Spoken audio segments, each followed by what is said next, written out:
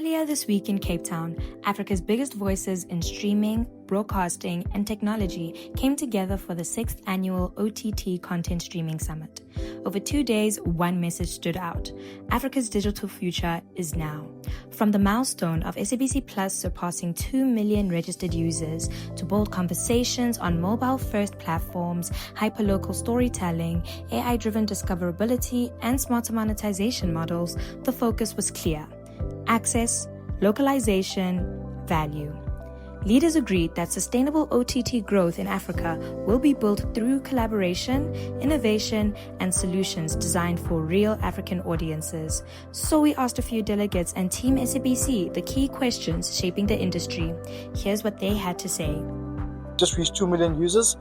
Indeed, 2 million users is a big feat for us. We're quite excited to have reached this within less than 2 years of relaunch. I think the milestone obviously speaks to how media consumption patterns in South Africa are changing. in the world, right? We see on our platform that young people between the ages of 18 to 35 are the Biggest users of our platform. That obviously tells us that young people are seeking content that's locally relevant, content that resonates with them and their lived realities. And so I think this is something that really speaks to our audience, and from an SABC Plus point of view and from a streaming platform point of view, we are really trying our best to make sure that we give our audience the kind of content that they're looking for.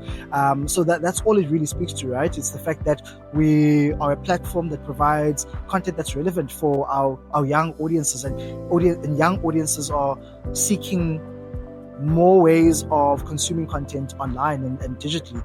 And I think we're right at the cusp of something great when it comes to SABC Plus. So public broadcasters have got a public mandate, which is mainly to inform, to educate, and to entertain.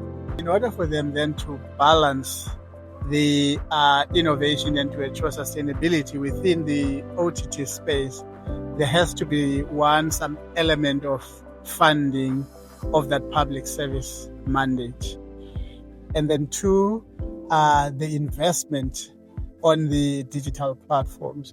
It is extremely important that these digital platforms continue to be innovated on, and they need to continue to look slightly competitive to the rest of the world. And in order to do that, you have to invest on them on a regular basis.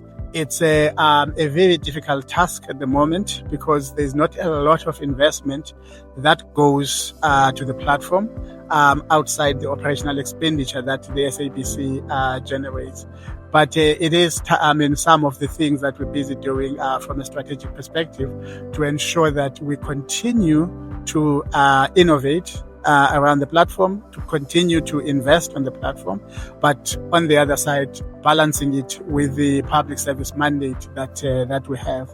But the key for us is just to continue to fund it, to continue to fund the public service mandate, but on the other side, to continue to invest on it, and then balance the public service mandate as well as the commercial prospects that it brings to us as the public broadcaster. Hi, my name is Monica Chanda. I'm coming all the way from Zimbabwe. I work for the national broadcaster, SABC, and one of the 6 national radio stations, Classic 263. So this is a very important platform where we have a lot of innovators, policymakers, and decision makers all in one room. And we are looking at content streaming. We're looking at OTT content streaming, especially looking at Africa. And it is at a time such as this, which is very apt. The 4th industrial revolution is upon us. And when we are talking about some of these disruptive innovations or technologies, not so disruptive, but of course, very important for us to leverage on. We're talking artificial intelligence. So it is spaces such as this where, as a continent, we need to understand and look at those solutions that we can tap into as Africans to see how can we ensure that we create the right kind of strategies, the right kind of business models that will suit our African landscape, the right kind of strategies that will also help us formulate the right kind of models, if I can put it that way, where we will be able to monetize on these platforms. Also, importantly, it is important that as Africans, we monetize. We have so many content creators that have been speaking to how we have these OTT platforms, which are mostly foreign owned. And so as Africans, how can we ensure that we formulate the kind of OTT platforms that are made by Africans for Africans so that we are able to also monetize on it? After all, we are, if I can put it that way, over 1.4 billion population, 3.4 trillion economy. We can actually monetize and leverage on those stories, those African stories, and ensure that we're not just a 3.4 trillion economy, but much more than that. And so the content creators, you need to be in these spaces. You need to tap into the conversations that are here and probably twist the arms of those policymakers to create those frameworks and policies that will ensure that we have the right kind of environment and the right kind of policies that will generate that income and revenue for content creation and more. Thank you. So one practical collaboration that I'd like to see within the OTT African ecosystem is cross-border partnerships that spans across different initiatives within the digital space, within the OTT space, from content creators, agencies that would help us in establishing and unlocking more revenue opportunities, and also telco partnerships, because without them, then we are not able to make OTT affordable for the consumers within the different regional and countries within Africa. So if all three can collaborate into one huge ecosystem, I do believe that we can see a bigger, richer, exciting African OTT ecosystem. I think the biggest opportunity lies in for streaming platforms lies in our use of AI tools.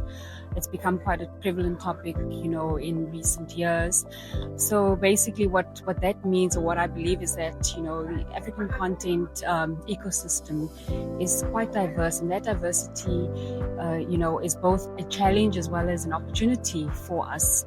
AI then gives us the ability to be able to understand our audiences at a depth and scale that wasn't possible before, across cultures, languages, as well as levels. And being able to use that insight then to translate into sustainable revenue models is where the opportunity lies. So OTT adoption, it's a simple formula. It's compelling content which aims to either entertain, inform, or educate. It is ensuring that you've got a compelling value proposition which is clear to the customer and addresses their need. And then to keep customers or users on the platform, it's breaking down those barriers to consume that content, whether it be data costs or whether it be things like ensuring that the users are able to have a reason to come back through rewarding experiences. So make the content engaging, make the content rewarding, and let the users have a bit of fun through maybe a gamified experience. My name is Mandi Sangambule. I'm a broadcasting specialist from Eswatini Communications Commission.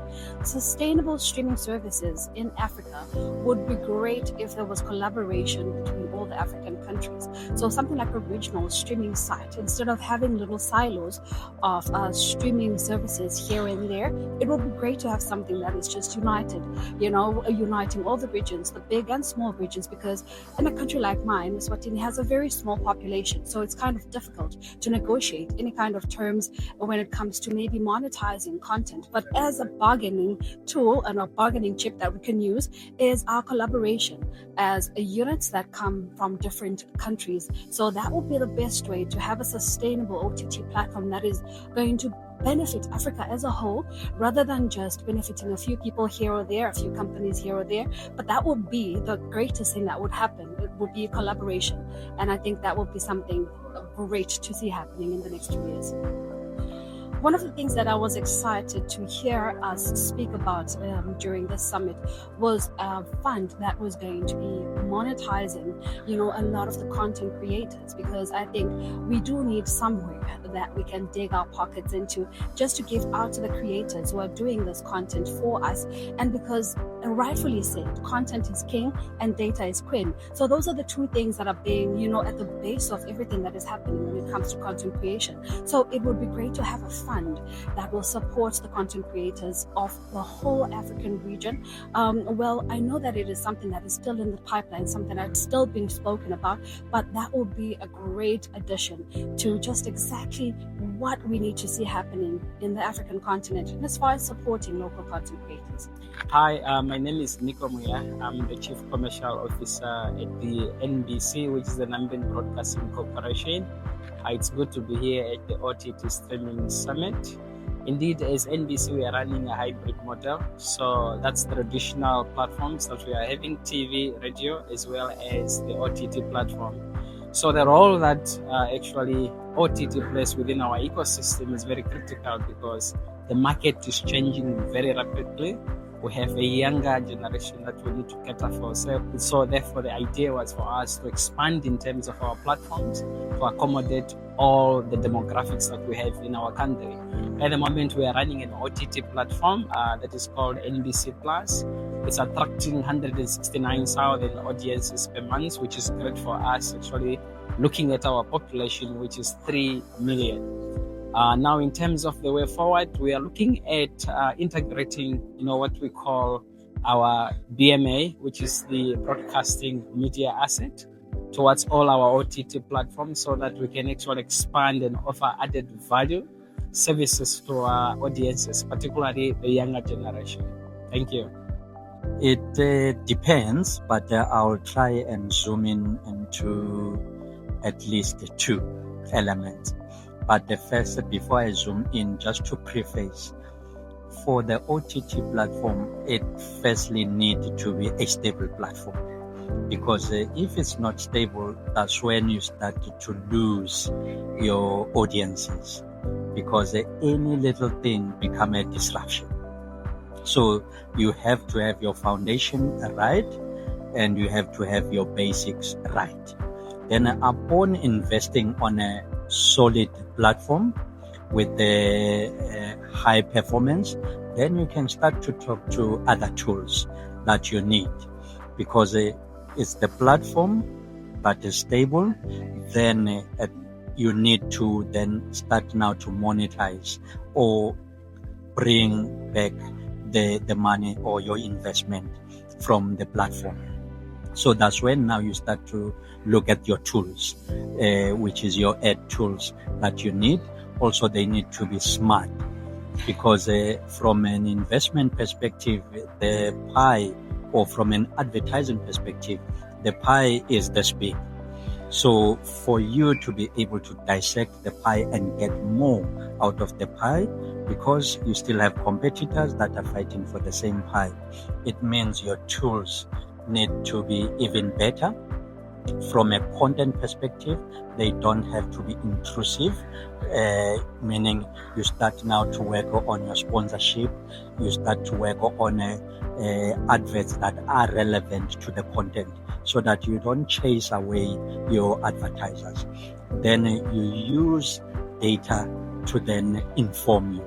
In my previous presentation, I indicated that data becomes your gold mine, but your analytics become your compass, because that's when your analytics started to assist you to monetize, to target relevant people for your adverts. So by investing on those tools, you then start to maximize. You're targeting the correct audiences that are willing to then pay for content in your platform. So it goes hand in hand.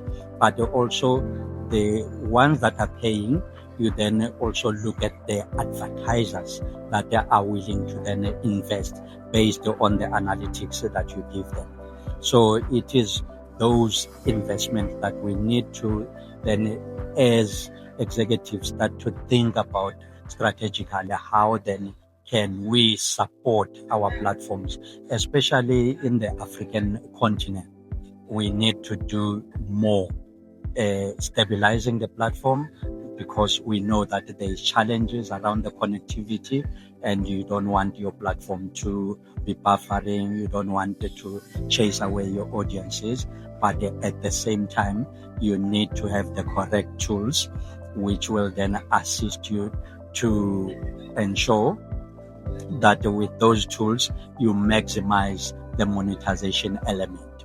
In that way you can start to then get your ROI back. Thank you.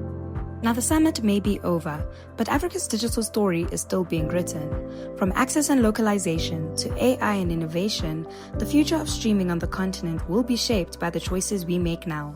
And the journey toward building platforms that truly work for African audiences continues. What insight resonated with you most? Join the conversation in the comments below and subscribe for more industry conversations and event highlights from Team SABC.